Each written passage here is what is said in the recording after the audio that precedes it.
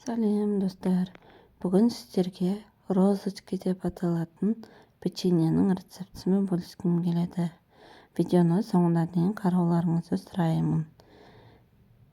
Өте жұмсақ, өте көп болып шығады.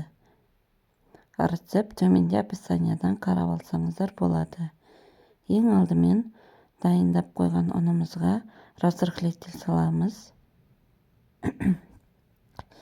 Одан кейін қатып тұрған сары майымызды ұнға малып отырып, түркте өткізіп, сары уызымызды, секерімізді, қаймағымызды салып, қамыр илейміз. Жұмсақ қамыр болып шығады.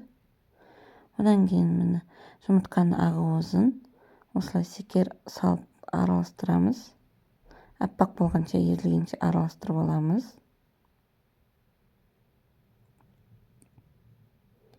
Қамырымызды 3 бөлікке бөліп, оқтаумен осылай жазып шығамыз.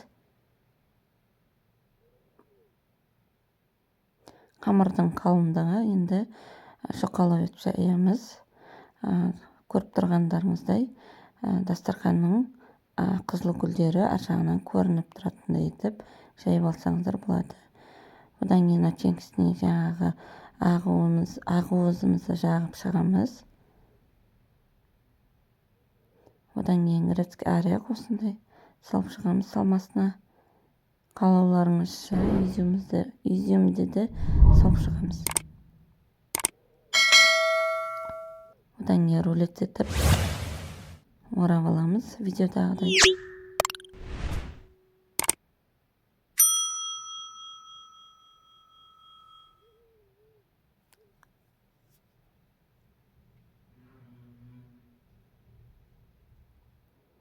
Арасын қалыңдатпай осылай кесіп шығамыз.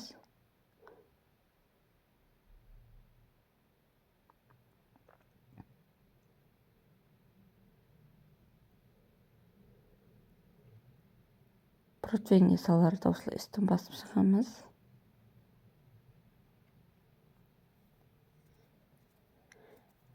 Духовкаларыңызды 150-160 градуста қызарғанша пісіріп аламыз. Екінші бөлігі бұл.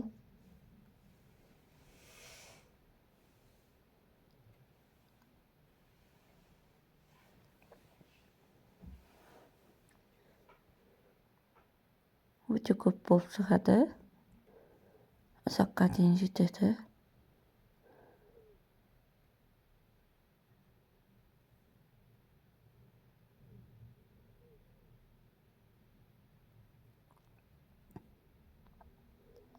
Менің каналыма тіркелуді ұмытпаңыздар.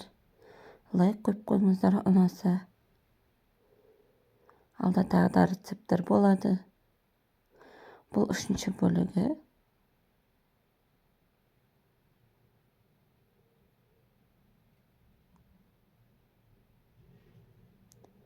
Қыздарыма да ұнады бұл.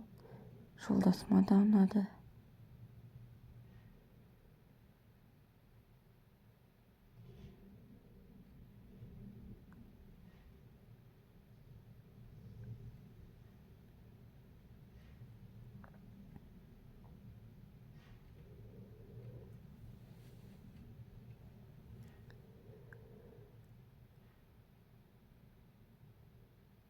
Менің каналыма тіркелуді ұмытпаңыздар. Өте жұмсақ болып шығады, тәтті.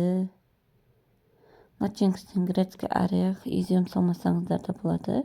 Тек безенің өзін жағып, солай рулет етіп орап алсаңыздар болады. Менімен соңына дейін болғандарыңыз үшін көп рахмет.